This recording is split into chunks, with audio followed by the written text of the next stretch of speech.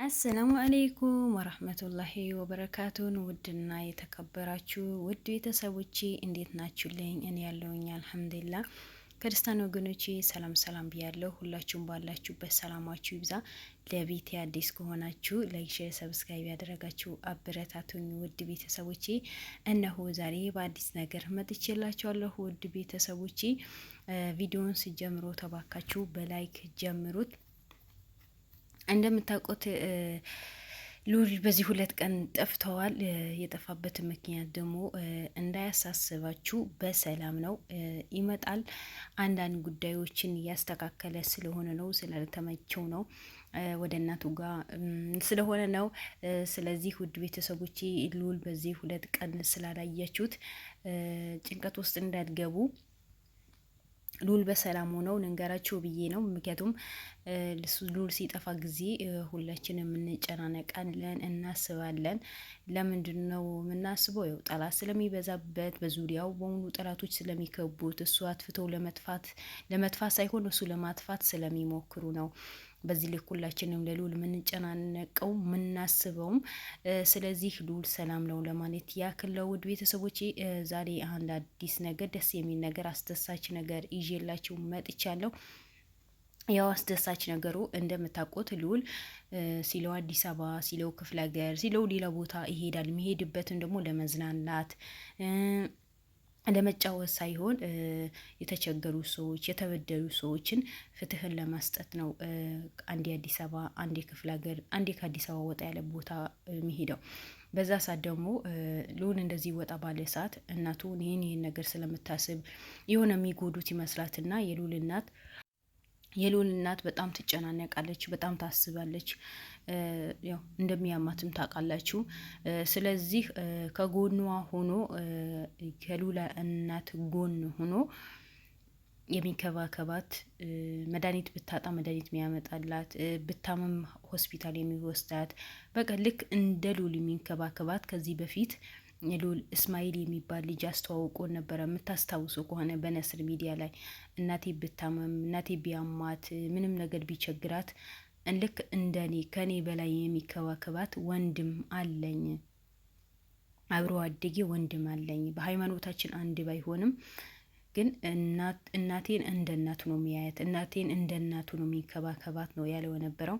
ስለዚህ ያ ልጅ ደግሞ ከዛ በኋላ በቤተሰቡ የደረሰበት ችግር፣ በወንድሙ የደረሰበት ችግር፣ ድሮ ባለ ሀብት ነበሩ፣ አሁን ላይ እንደወደቁ፣ ታላቅ ወንድሙ በጣም እንደሚያሰቃያቸው፣ በሱ የመጣ ንብረቱ እንደተሸጠ፣ አንድ ወንድሙ ደግሞ ሊቢያ ሂዶ በሊቢያ እንደሞተ ብዙ ነገር ተናግሮ ነበረ። ያው ቪዲዮም ሰርቼላችሁ ነበረ የምታስታውሱ ከሆነ 2 ወር 3 ወር ይሆነዋል።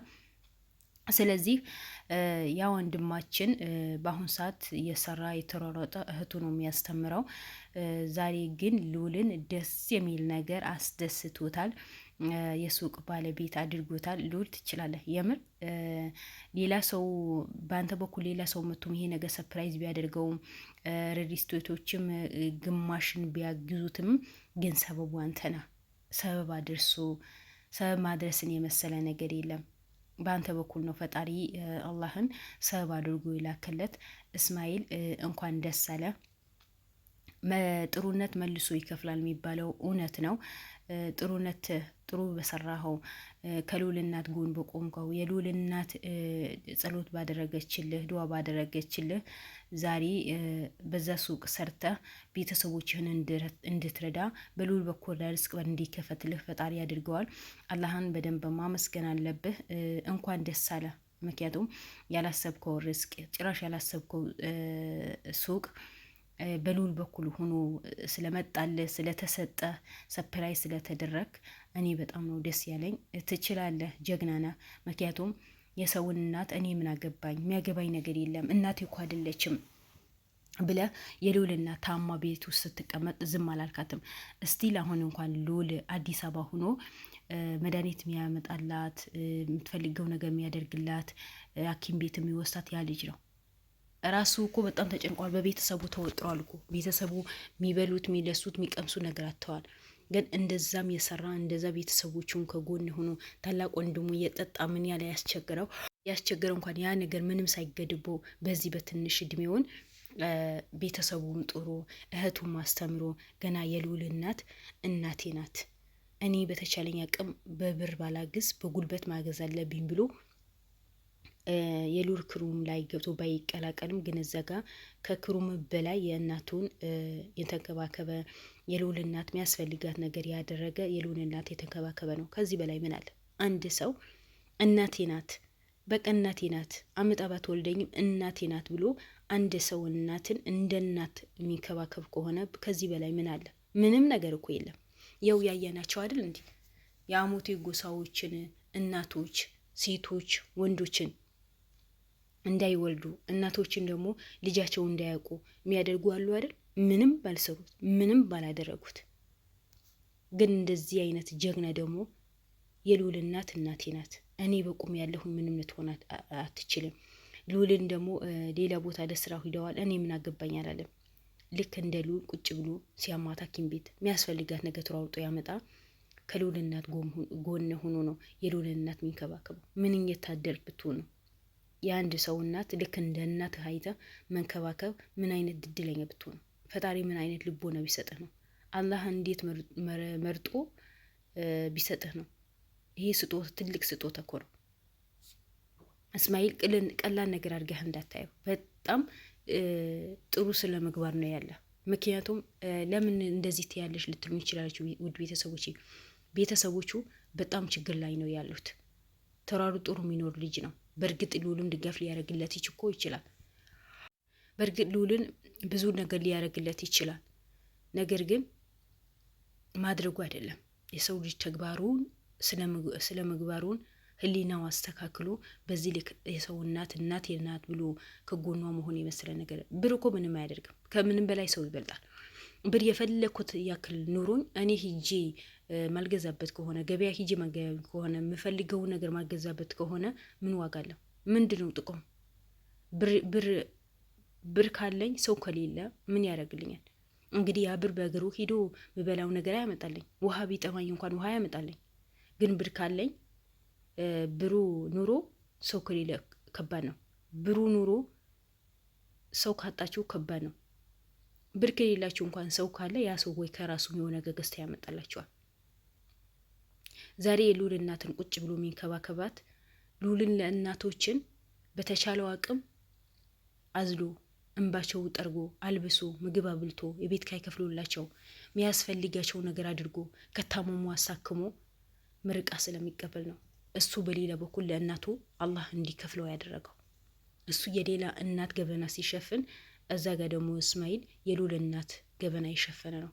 በምንም ነገር በደስታውን በህመሟ በምንም ነገር ከጎኗ ሆኖ ልክ እንደ ድሮ ነው የሚካድማት። ልዑል ወይ በብር ሊያግዘው ይችላል፣ እሱም ትልቅ ነገር ነው።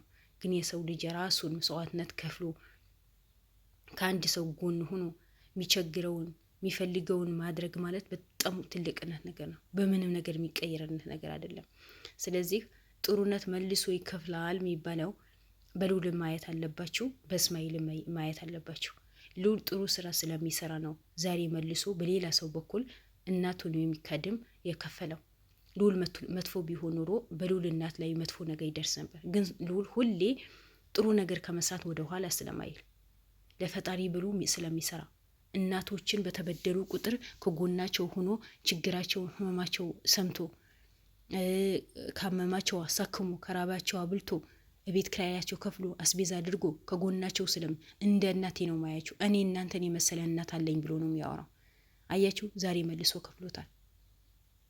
እሺ እስማኤል መጥፎ ቢሆን ኖሮ የልዑልን እናት ባያግዝ ኖሮ ዛሬ ይሄን የመሰለ ሱቅ አያገኙ ነበር። ደግነት ለራስ መልሶ ነው የሚከፍለው እንጂ ለማንም አይደለም። ውድ ቤተሰቦች ሁሌ ደግ ለመሆን እንጣር፣ ጥሩ ነገር ለመስራት እንጣር። በእርግጥ አንዳንድ መጥፎ ሰዎችን አሉ እኛ በህይወታችን ላይ ጠባሳ ጥሎ የሚሄዱ ከሰው ጋር እንዳንኖር፣ ከሰው ጋር ተግባብተን እንዳንኖር፣ ሰው የሚባል ነገር እንዳናምን፣ በቃ ሁሌ ተጠራጣሪ እንድንሆን፣ ክፉ እንድንሆን ክፋትን አስተምረውን የሚሄዱ ሰዎች አሉ። ግን እኛ ብልጥ መሆን አለብን። ብልጥ አይደለንም ግን ብልጣ ብልጦች አያታሉልን እንደሚባል ብልጥ ሆነን ጥሩ ነገር ለመስራት እንሞክር። ብልጥነት ማለት ብልጥነት ማለት እኮ የሆነ አራዳ መጫወት፣ ሰውን ማስከፋት፣ የሰውን ነገር መንጠቅ፣ ያልሆነ ነገር መስራት አይደለም ብልጥነት የሚያስብለው። የሰው ልጅ አንድ ነገር በህይወቱ ላይ ከመጣ እንደሞኝ አይቶ ዝም ካለ፣ ሰምቶ ዝም ካለ ካሳለፋች ነው። እንደዛ ስታሳልፉ ዝም ስትሉ ይሄ እኮ አራዳ አይደለም፣ ምንም ነገር አያውቅም፣ ሞኝ ነው ትባላላችሁ። ግን አይደለም። እንዳላወቀ ሰው ማለፍ ነው ያለብን። ሞኝ እንደሆነ ሆነ ሰው ማለፍ ነው ያለብን። ለምን? በሰራነው ልክ ነው የሚከፈለን። ጥሩ በሰራን ልክ ነው የሚከፈለን። ጥሩ ልዑል መጥፎ ነገር ቢሰራ ኖሮ ዛሬ እንዲቆሙ ባታዩት ነበር። ስንት ጠላቶች ነው ልዑልን ያሳደዱት። ልዑል ስንት አይነት መከራ ደረሰበት። ስንት አይነት መከራ አሳልፈዋል። ስንት አይነት ህመም አሳልፈዋል። በገንዘብ የሚያምነው ዶክተሩ እኮ ተክዷል። የምታስታውሱ ከሆነ ያልሆነ መድኃኒት ሰጥቶት በገዛ ሰራተኛው እኮ ፓራይዝ እንዲሆን ተደረገ። በገዛ ካሜራማኑ እንዲጎዳ ተደረገ። ስለዚህ ልዑል ጥሩ ነገር ባይሰራ ኖሮ የእናቶችን ምርቃት የእናቶችን ዱዓ ከጎኑ ባይሆን ኖሮ እናቱን ስለሚካድም የሌላ ሰው በበደልም ሆነ በችግር ሆነ ስለሚደርስ ሁሌ ጥሩ ነገር ስለሚሰራ ነው ልዑልን መልሶ የሚከፍለው። በሌላ ነገር ባይከፍለው ከጠላቶቹ ፈጣሪ ይከላከለዋል። ጠላቶቹ እኮ ሁሌ ልዑልን ለማጥፋት ቀና ማታ ይጥራሉ። መሄዱበት መንገድ የለም፣ ማይቆፍሩት ጉድጓድ የለም። ግን የቆፈሩት ጉድጓድ በሙሉ ራሳቸው ነው የሚገቡበት። የሄዱበት መንገድ ለራሳቸው ነው የሚጎዱት። ምክንያቱም ልዑል ፈጣሪ ይጠብቀዋል። ጥሩ ስራ ነው የሚሰራው። ሰውን አያስከፋም፣ ሰውን አይበድልም፣ ሰውን አይዘሉም። የሰውን ንብረት ይዤ ልጥፋ አይልም። የሰውን ንብረት አያስደስተውም። ያ ሰው ከችግር ላይ ከወደቀ አንስቶ ጥሩ ደረጃ ላይ እንዲደርስ ስራ እንዲሰራ፣ ቤት ከሌለው እንደዚህ ከሰው ጋር አገናኝቶ ቤት እንዲሰጠው፣ ከራቡ አብልቶ፣ እንደዚህ አይነት ሁሌ ደግ እንሁን። ልዑል እንኳን ደስ አለ፣ ወላሂ በድጋሚ ደስ አለ። እንደዚህ ጥሩ ጥሩ ነገራቶችን ስሰሩ እኛም ደስ ይለናል። እናንተም ደስ ባላችሁ ልክ እኛም ደስ ይለናል። እስማኤል ያው የሰው ልጅ ሆኖ ማይሞት የለም። ማናችንም ተራችን ጠብቀን ነው የምንሄደው። ይሄ ነገር አባቴ ቢያይ ብለህ ነበር አላለም። አላህ አላለውም። አባትህን አላህ ይርሐመው። አንተም ደግሞ ጀግና ሆነ ከልዑል ጎን ሆነ ይሄ ነገር በመስራትህ እኔ በጣም ነው ያደነኩ። እንኳን በድጋሚ እንኳን ደስ አለ። ወንድምህን ደግሞ አላህ ሂዳያ ይስጠው። የሰው ልጅ ሁሌ እንደዚህ እንደሆነ አይቀርም። አንድ ቀን ወንድምህ ተስተካክሎ የድሮ ማንነታችሁ የሚመለስበት ጊዜ ቅርብ ይሆናል። ደግሞ ከዚህ ደግ ከሆነ ልዑል ተገናኝታ መቼም ወጥቀህ አትወጥቅም፣ እርግጠኛ ነኝ። ስለዚህ ውድ ቤተሰቦቼ ዛሬ ልዑል የሰራው ነገር በጣም ከባድ ነገር ነው። በጣም የሚያስደስት ነገር ነው የሰራው። በቃ ምንም በላይ ሰውን እንደዚህ ማስደሰት የመሰለ ነገር እኮ የለም። በጣም ደስ ይላቸዋል። በቃ ምንም ነገር ዋጋ ብትከፍሉ፣ ምንም ነገር ብታረጉ ሰው ተደስቶ ስታዩ በጣም ደስ ይላቸዋል። አንዳንድ ሴጣን የሸናባቸው ሰዎች አሉ፣ የሰውን ደስታ የሚነጥቁ፣ ሰውን ደስተኛ ሆኖ ሲኖር ማይወዱ፣ ሁሌ የሰውን ክፋት የሚመኙ ሰዎች አሉ። እንደዛ አይነት ሰዎች እኮ መቼም አያልፍላቸውም። መቼም አያችሁት፣ የልዑል አክስት ክፉ ስለሆነች ክፋት ስለምታስብ ያሰበችው በሙሉ ሳታሳካ ያሰበችው በሙሉ ሳይሞላላት ነው የሞተችው። ያ ምንድን ነው? በክፋት የተወጠረ ልብ፣ በክፋት የተሞላ አይምሮ ስላላት እኮ ነው እንጂ ጥሩ አስተሳሰብ ቢኖራት ኖሮ ነገራቶቹ በሙሉ ቀለል ይል ነበረ። ግን እሷ ባሰበችው መንገድ ሳይሆን ባላሰበችው መንገድ ፈጣሪ የእጇን ሰጥተዋታል። ስለዚህ ውድ ቤተሰቦቼ ሁሌ ጥሩ ነገር ለመስራት እንሞክር። እኔ ደጋግሜ ነው የምላችሁ፣ ደግነት ለራስ ነው፣ ለራስ ነው መልሶ የሚከፍለው። ጥሩ እንሁን፣ መጥፎ ነገር አንሳደብ። ስድብ ለማንም ዲግሪ አልተሰጠውም። ማንም በስድብ የተሸለመ ሰው የለም። መጎዳት፣ መጸጸት፣ ለምን እንደዚህ ነገር አደረኩኝ? እናንተ የሆነ ምላስ ጥላችሁ ልትሄዱ ትችላላችሁ፣ ግን ያ ሰው ያ ምላስ ሁሌ ሊሰብረው ይችላል። ስለዚህ ውድ ቤተሰቦቼ ሁሌ ጥሩ ነገር ከመስራት ወደ ኋላ እንዳንል፣ በተቻለን አቅም ሰውን ለመርዳት እንሞክር። ባለን ነው እንጂ በሌለውን አይደለም። ባለንን 10 ቢሊዮን አካፍለን ሰውን መርዳት መልመድ አለብን። ሰውን ማስከፋት ደግሞ መራቅ አለብን እላቸዋለሁ። ውድ ቤተሰቦች የዛሬ ቪዲዮን ይሄ ነበረ። ልዑልም ሆነ እስማኤል እንኳን ደስ አለህ በሉት። ልዑልም በጣም ደስ ብሎታል እና ውድ ቤተሰቦች ይወዳቸዋለሁ። ሰላማችሁን ይብዛልኝ፣ ባላችሁበት ሁላችሁ ሰላማችሁን ይብዛልኝ። በድጋሚ ለቤት አዲስ ከሆናችሁ ሰብስክራይብ ያደረጋችሁ፣ ላይክ ያደረጋችሁ ተቀላቀሉ። ወዳቸዋለሁ። ባይ ባይ። መልካም ቀን